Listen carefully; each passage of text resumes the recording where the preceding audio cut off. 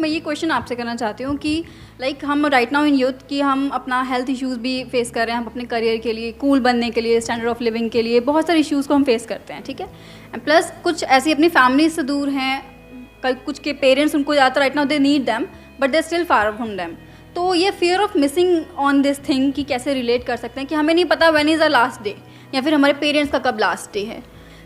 ये जो फियर होता है हमारे अंदर की गिल्ट भी रहेगा, एक रेस भी है, एक स्टैंडर्ड ऑफ लिविंग भी बनाना है, करियर भी बनाना है, फैमिली भी देखनी है, अटैचमेंट्स हैं, तो उस सबसे कैसे ओवरकम करें जो माइंड में दो एक वॉर चलते रहते हैं। जैसे ही कोई हमारे पास में नहीं होता है तब ये थॉट्स आने लग जाते हैं माइंड में। जब उनके साथ होते हो तो क्या थॉट्स आते हैं? जब होते हो, जहाँ से भी आप आए हो, मान लो कहीं किसी सिटी से आप यहाँ पे दिल्ली में आए हो, आई एम श्योर तभी ये क्वेश्चन पूछ रहे हो, राइट? Yes yes. तो जब वहां पर थे तब क्या थॉट्स आते थे? निकलूं यहां से। सही कह रहा हूं, गलत कह रहा हूं? तो वहां से तो निकल लिए, अब यहां आ गए, अब क्या थॉट्स आ रहे हैं? वहां चला गया। ये माइंड की प्रॉब्लम है। माइंड हमेशा ऐसे ही काम करता है, सिर्फ आपका माइंड नहीं, मेरा माइंड नहीं, माइंड। फॉर एग्जाम्पल, आप में से किसी ने अपना कॉलेज चेंज किया, तो जब तक उस कॉलेज में थे रो रहे थे, ये कितना घटिया कॉलेज है, ये है वो है। जैसे किसी दूसरे कॉलेज में गए, क्या हुआ? उसके माइनस पॉइंट दिखने लग गए और पुराने वाले के सारे प्लस पॉइंट याद आने लग गए कि अरे इससे बढ़िया तो वही था। जॉब में भी ऐसे होता है। हाँ, अब रिलेट किया लोगों ने, ये सर ये तो हमने देखा है, ये तो ऐसा तो होता है। जब तक होते हैं एक जॉब में, ये तो बेकार है, सब बेकार है, घटिया है, ये है वो है, लोग भी निकम्मे हैं, ये है वो, कंपनी बेकार है। जैसे ही वहां से चले जाते हैं, क्या होता है? किसी दूसरी कंपनी में जाते हैं, हमें समझ आता है लोग सिर्फ वहां पे निकम्मे नहीं थे, यहाँ पे भी निकम्मे हैं। प्रॉब्लम सिर्फ वहां पर नहीं थी, यहां पर भी है। तो हमारा पूरा ध्यान वहां की प्रॉब्लम्स पे आ जाता है और पुराना जो भी हमारी लाइफ में था प्लस पॉइंट, वहां पे चला जाता है। बॉयफ्रेंड गर्लफ्रेंड के केस में भी ऐसे ही होता है। जब तक साथ में होते हैं, लड़ाई झगड़ा, उसकी कमियां दिख रही होती है सुबह से रात तक। जैसे ही वो किसी और के साथ चली जाती है, क्या होता है? एकदम से अच्छी लगने लग जाती है। सही कह रहा हूं? सो अब इसका सोल्यूशन क्या है? You must understand it. You always have a switch. आपको थोड़ा सा अपना नजरिया, अभी यहां से इस सिचुएशन को देख रहे हो, यहां से जाकर के देखने लग जाओ, एक सेकंड में सब बदल जाएगा। फॉर एग्जाम्पल, इसी सिचुएशन की अगर हम बात करें कि भाई हम कभी भी हमारी डेथ हो सकती है, और सिर्फ हमारी नहीं, हमारे जो लव वंस हैं, मान लो हमारे पेरेंट्स हैं, उनकी भी डेथ हो सकती है। सच है, इसमें गलत क्या है? तो इसका मतलब क्या कि पूरी जिंदगी उन्हीं के साथ चिपके रहें मरते दम तक? मान लो आप 18 साल की एज के बाद में घर से बाहर निकले, अब ठीक है, अपना आगे बढ़ो लाइफ में। जैसे पंछियों के केस में होता है, एक पंछी क्या करता है पता है? कभी देखा है? कोई पंछी बैठा है यहां पर?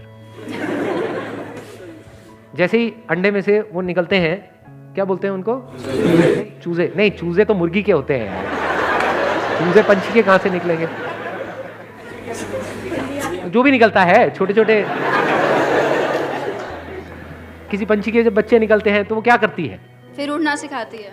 क्या वो उसको चिपका लेती है पूरी जिंदगी के लिए कि तू यहीं रहे? तो क्या कभी भी उड़ पाएगी? उसके जो बच्चे वो कभी उड़ पाएंगे? तो क्या करती है? उनको लात मारती है।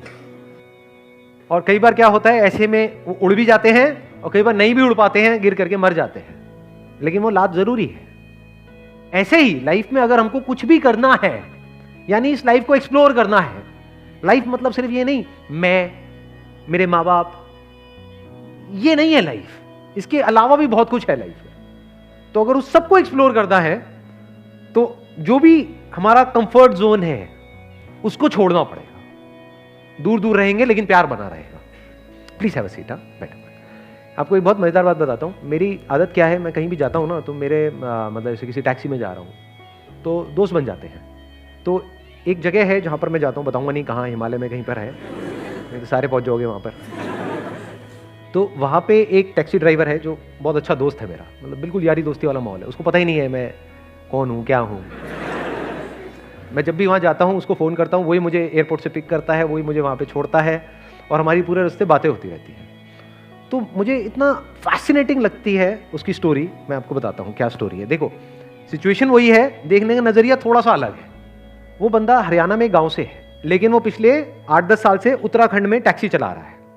वहां से वो महीने में एक बार 4 दिन के लिए छुट्टी लेता है, फिर वो अपने गांव जाता है। तो मैंने उससे पूछा, मैंने कहा यार तेरी वाइफ है, बच्चे हैं, मतलब कैसे रह लेता है तू उनके बिना 25 दिन तक, मतलब ये कोई लाइफ है? तू वहीं पे क्यों नहीं चला लेता टैक्सी? कहता मैंने एक बार ट्राई किया था 1 महीने के लिए, उसके बाद मेरी ऐसी हालत हुई थी, घर का मुर्गा दाल बराबर। कहते घर में बैठा रहा वहीं पे आसपास में घूमता रहा। कहते कोई वो ही नहीं थी, कोई मतलब लाइफ बोरिंग सी हो गई थी वहां पर, और बैठे बैठे लड़ाइयां हो रही हैं। कहता अब मैं 4 दिन के लिए जो जाता हूं ना, वो 4 दिन मेरे लिए बिल्कुल ऐसे होते हैं जैसे, उसके एग्जैक्ट वर्ड्स बताता हूं, जैसे कोई फेस्टिवल का माहौल है। उसने मेरे को अपनी वीडियोस दिखाई कि कैसे वो बच्चों को ट्यूबवेल पे ले गया और बच्चे कितना एंजॉय कर रहे हैं। एक सेटिस्फैक्शन देखा मैंने उस बंदे की लाइफ में, वो सेटिस्फैक्शन जो बड़े बड़े करोड़पतियों के अंदर नहीं होता है। क्योंकि हर तरह के लोगों से मैं इंटरेक्ट करता हूँ लाइफ में। आई एम सो फॉर्चुनेट कि मेरे को हर तरह के लोगों से, मतलब ऐसे लोग जो बिलियनियर्स हैं, मिलियनियर्स हैं, वो भी मेरे टच में हैं, और ऐसे लोग जो कुछ भी नहीं है वो भी मेरे टच में है। बट इस बंदे के अंदर मैंने वो सेटिस्फैक्शन देखा और वो समझदारी देखी जो रेयर देखने को मिलती है। तो it is just a point of view.